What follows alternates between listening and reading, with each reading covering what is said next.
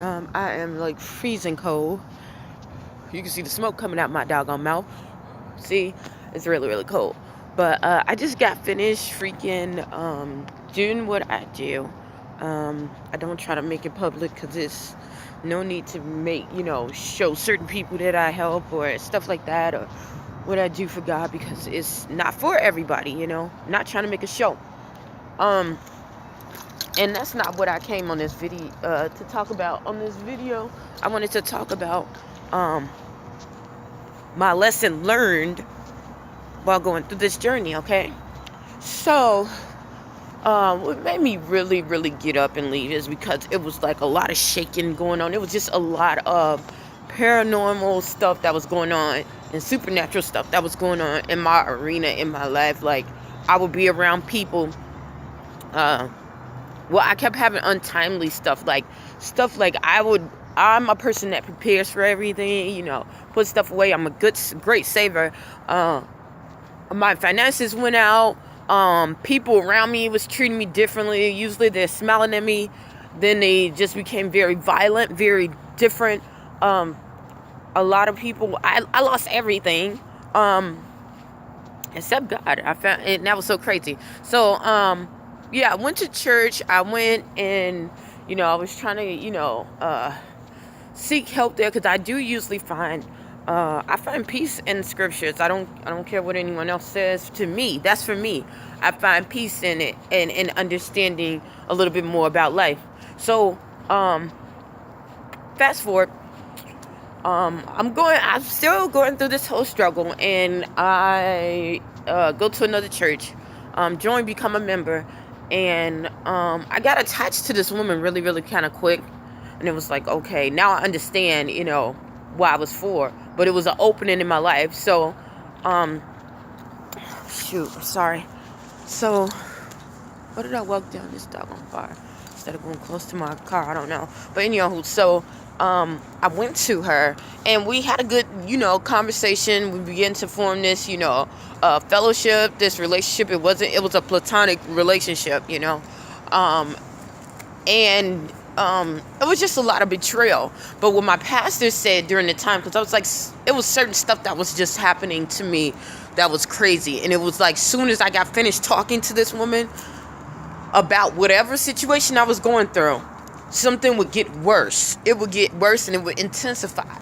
So I went and I talked to my pastor, and he's like, this person is a wolf in sheep's clothing. And he was like, but don't say anything. Don't worry. And I was like, why would you not say anything? I wouldn't say anything. Like, it's not my place to say anything. And if you look at my other recordings, you'll see that. I said, it's not my place to say anything. So I don't get why you wouldn't say anything. Why wouldn't you bark? Why wouldn't you, because that is what a shepherd or sheepdog does. God is our shepherd. If you're the sheepdog, why didn't you bark, instead of letting the sheep get gnawed? So, when I left, because I was just like, okay, what do I need to do now? Like, there is no trust there now, because now it felt like I was fending for myself, and everything started coming to ruin. So I went and I just ventured off. And because of that, I was like, I didn't venture off to say that I'm not gonna, serve God anymore. Because some people were like, I'm done with the church and I'm done. I didn't believe that, and I still don't believe that. I believe that there is God somewhere. God is still here. But there is some people out here who really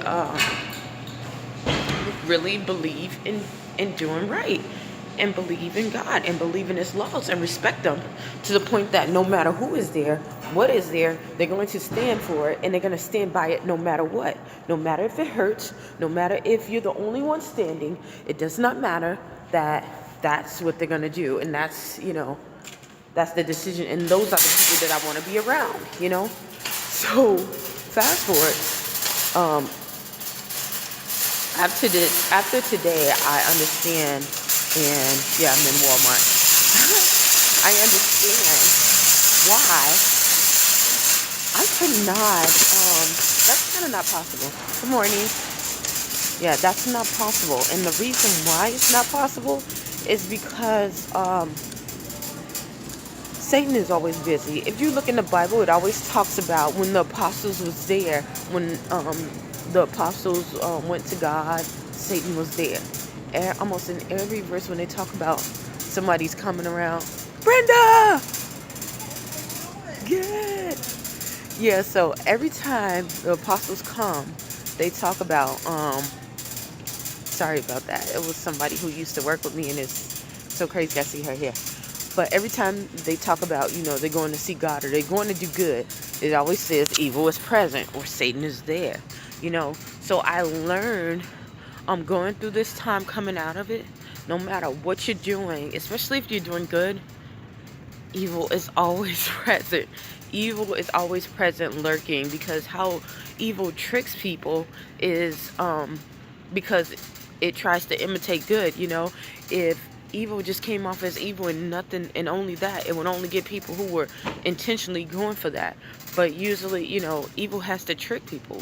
That's just like people with lies. They have to trick them with a little bit of truth. So yeah, I learned that during my whole trial going through this, all that Halloween crap.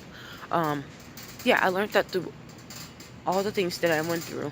Um, as I began, coming out of homelessness and started serving people, and I started listening to the stories, um, I started seeing that, okay, well, if they're doing all this and you can see they're really working towards, being good and healthy. And there are some people who go back and less back, but there were a lot of people that were in that whole struggle who really, really was trying to do the right thing and still was doing the right thing and was still being attacked by people who um, act like they were going to help them.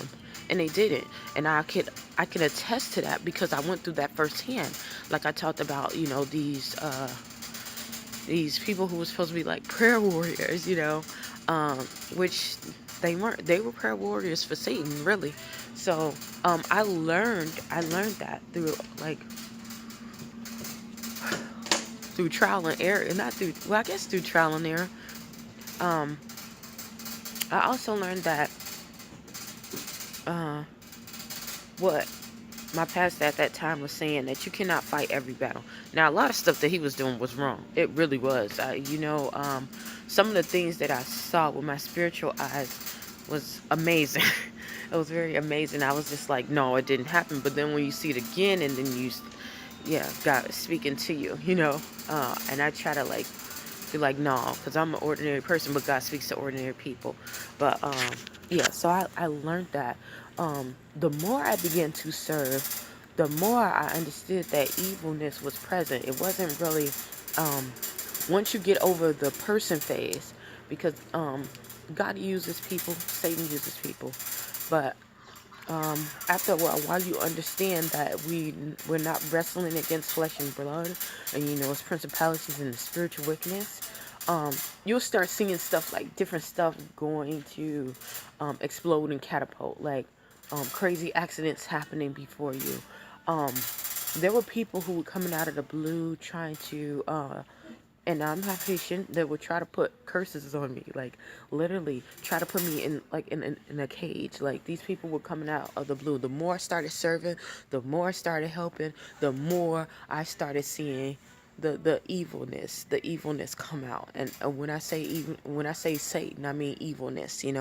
Um, like I said, people putting you in spiritual cages, people trying to just really just take my light, take my star, and try to bury it. Like, I guess, I don't know, like God, like, I don't know, he seemed like he opened my eyes to see that crazy stuff. So um yeah, I see that this is not the war um that I face every day is definitely not a physical battle. It's not about, the whole crisis that is physical. It is a spiritual battle. It is a spiritual battle um, that we all face. And that's the lesson that I learned. I also learned that sometimes you can't fight everything because this is a spiritual battle. You cannot fight things physically. I had this one lady. I mean, she just came out of the blue. Just, I don't like you. Didn't have any reason to not like me. Uh, any like justification or anything, you know. Just, I don't like you. And I mean, she went out of her way to be very mean and very spiteful to me. Now, me being in my carnal mind, sometimes, you know, you think about wanting to attack and retaliate. But I had to take a step back and understand what is the greater good here. Why did this person come at me at this moment, at this point in my life? You know, would this even mattered if this person would have came to me at another time and a point in my life? No, it probably wouldn't. And what does she have over me? You know, she has validation. She has accreditation with the people who I am making business contacts with. So I cannot go and, you know, be belligerent to her like she's being belligerent to me.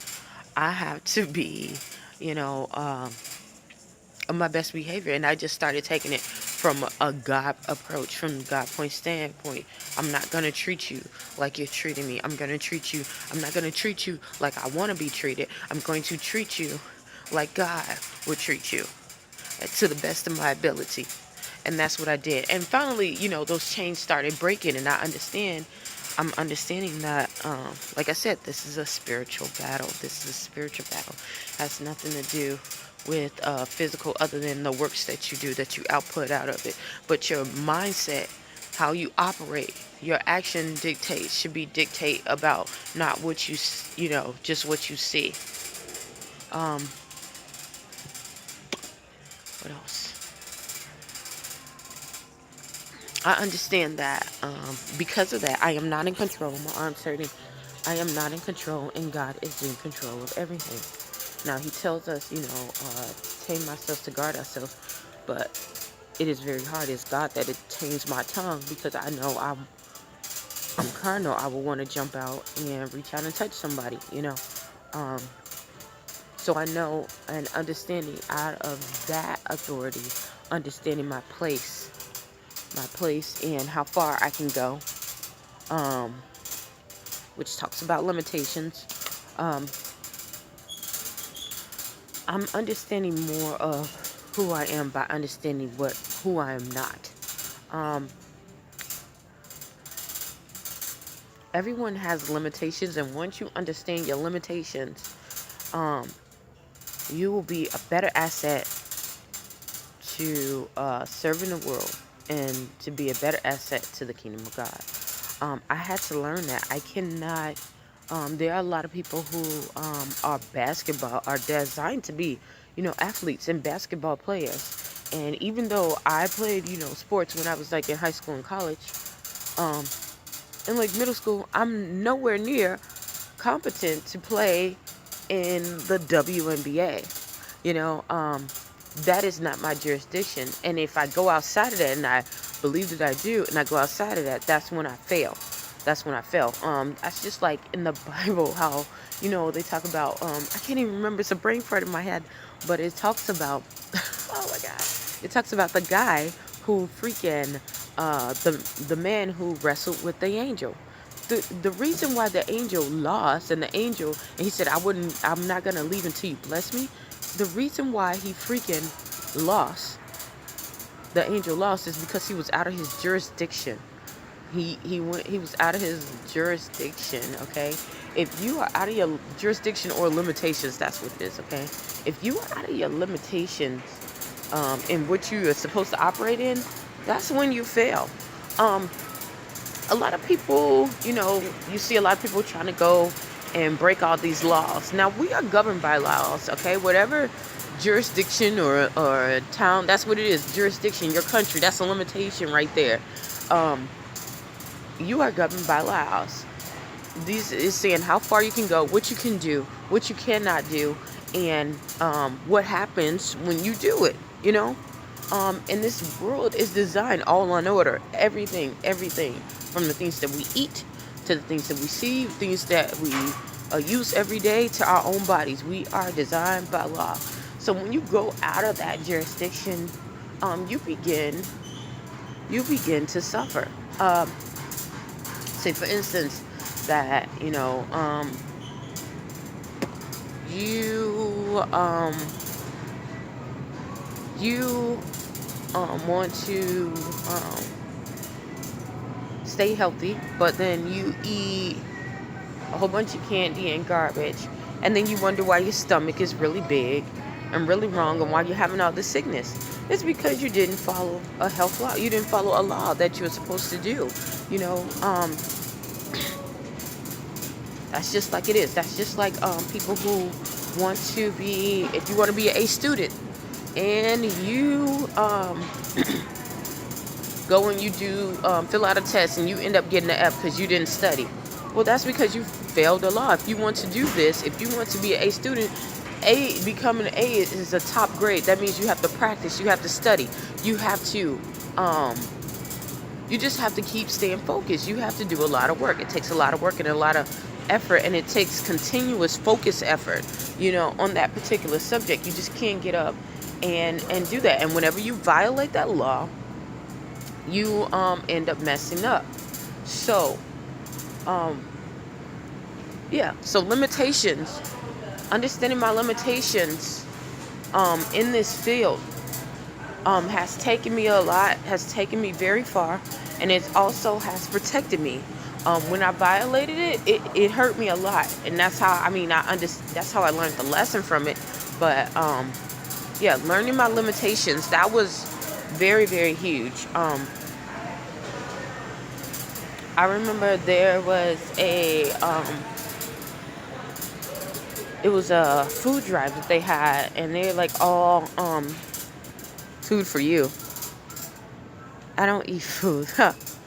Not like that.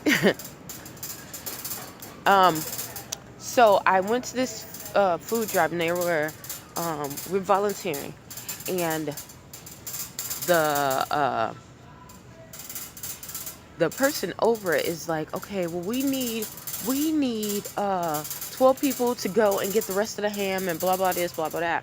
Now I'm just like, okay, well, I'm an open hand, I'm willing to do it. Now as I'm doing this, now I'm still a volunteer, she's like, oh no, you can't do it, this person do, like, so. And then they ended up getting the person that she wanted to get it, right? They end up dropping it. So then they asked me to go help. Now, if I would have took it upon myself to say, no, I can do it, that would have been overstepping my boundaries and going about it. Even though I still was willing to do it, and it seems like it's no harm, but I would have did more harm than good trying to overstep my boundaries and tell her how to do something. So,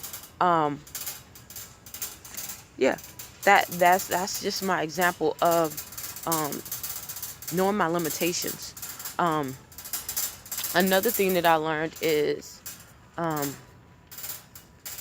don't tell everyone everything that you know and that you learn, because there are people that sit there and they wait. They low and they wait, and they watch you every single day. They try to keep tabs on you, just to find out what you're doing to bring you down to your demise. Not because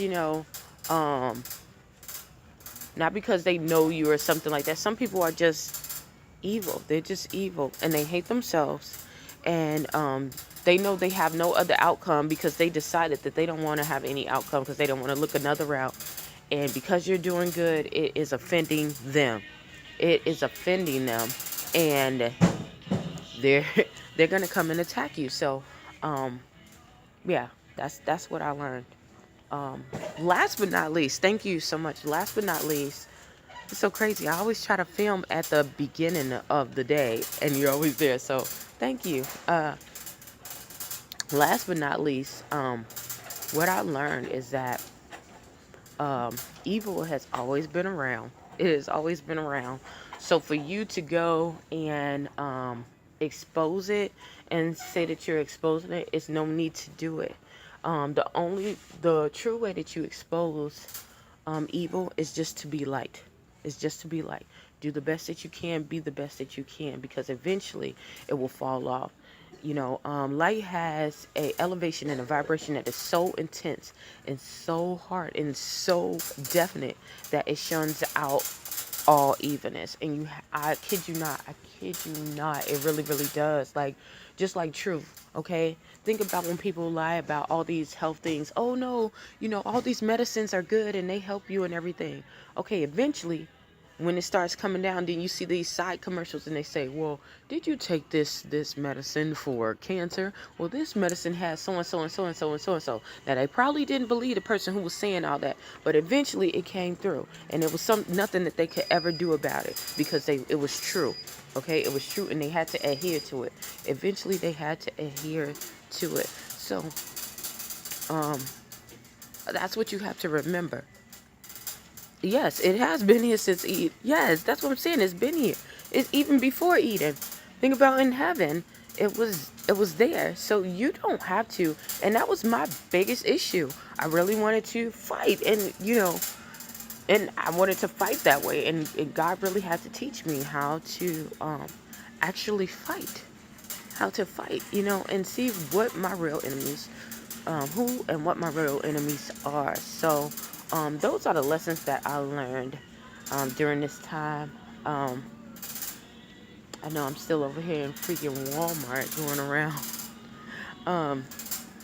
I needed to get up out that cold anyway, because it was very, very cold.